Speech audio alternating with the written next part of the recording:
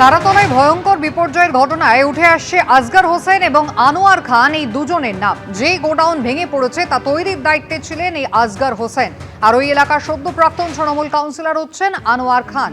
এই দুজনের সঙ্গে ফিরহাদ হাকিমের সম্পর্কের অভিযোগ সামনে আসছে, যদিও বিপর্যয়ে মৃত্যু হয়েছে আসগর হোসেনের। তারাতলায় ধ্বংসস্তূপের মধ্যে যে হলুদ হোর্ডিং রয়েছে, যেখানে অয়ন ট্রেডার্স লেখা রয়েছে, যে ফোন নাম্বারটা দেওয়া রয়েছে সেই ফোন নাম্বার হচ্ছে আসগর হোসেনের।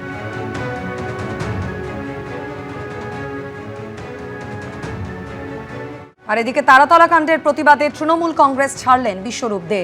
মন ভারাক্রান্ত, একটার পর একটা ঘটনায় তৃণমূল জড়িয়ে পড়ছে। তৃণমূলের গাফিলতিতেই তারাতলার এই ঘটনা। তৃণমূল আর করব না, দল ছেড়ে দাবি প্রাক্তন তৃণমূল কাউন্সিলর বিশ্বরূপ দের। আজকে সত্যি ভারাক্রান্ত, একটার পর একটা ঘটনায় যেভাবে তৃণমূল কংগ্রেস এবং জোড়াফুল জড়িয়ে পড়ছে তা চোখে দেখা যায় না, বিশ্বাস করা কঠিন। তারাতলায় গত প্রায় 48 ঘন্টায়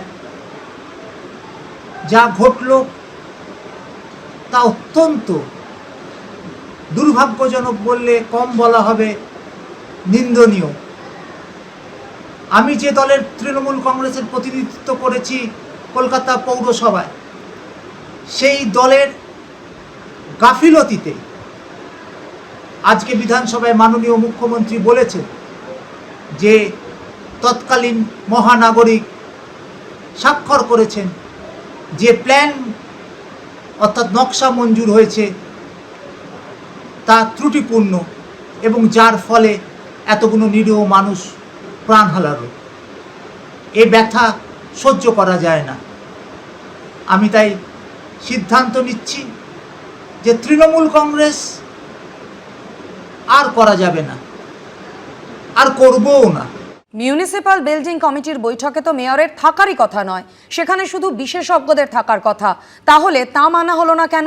ঘণ্টাখানেক সঙ্গে সমান অনুষ্ঠানে এই প্রশ্ন আইনজীবী ফিরদৌস শামীমের। এই নথিতে দেখা যাচ্ছে যে গ্রেফতার হওয়া শম্ভুনাথ বেহেরা, মানে বেহেরা ব্রাদার্সের অংশীদারের আবেদনপত্রের ভিত্তিতে মিউনিসিপ্যাল বিল্ডিং কমিটি বা এমবিসির বৈঠক বসেছিল, আর তার রেজলিউশন হচ্ছে, শেষ বাক্যটায় আসুন, প্রচণ্ড গুরুত্বপূর্ণ, there is no violation of building rules as such. ভাবুন, আর তাতে সই করছেন কে? খোদ প্রাক্তন মেয়র, যিনি একই সঙ্গে বিল্ডিং বিভাগের মেয়র পরিষদ ফিরহাদ হাকিম। এই এমবিসির কাজ কি? ওটা রুল 38-এ বলা আছে। এমবিসি কি করবে? একটা প্ল্যান স্যাংশন করলো, তারা পাঠাবে মেয়রিয়াল কাউন্সিলে। তাহলে এখানে এমবিসিতে মেয়র এই ফিরহাদ হাকিমের সই কেন? আমার তো মাথায় ঢুকছে না, যেখানে এমবিসিতে মেয়রের কোনো স্থানই নেই। কারণ এটা একটা এক্সপার্ট বডি, যেখানে পুলিশ রয়েছে, যেখানে ফায়ার এক্সপার্ট রয়েছে, এনভায়রনমেন্টাল এক্সপার্ট রয়েছে, বিভিন্ন এক্সপার্টদের, আর্কিটেকচারাল এক্সপার্ট রয়েছে, সেই এক্সপার্টদের ওপিনিয়ন নিয়ে তারা ইন্ডিপেন্ডেন্ট ওপিনিয়ন দেবে।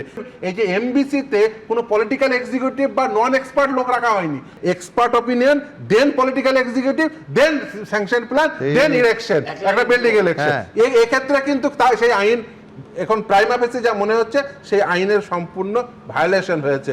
এবিপি আনন্দ, এগিয়ে থাকে, এগিয়ে রাখে।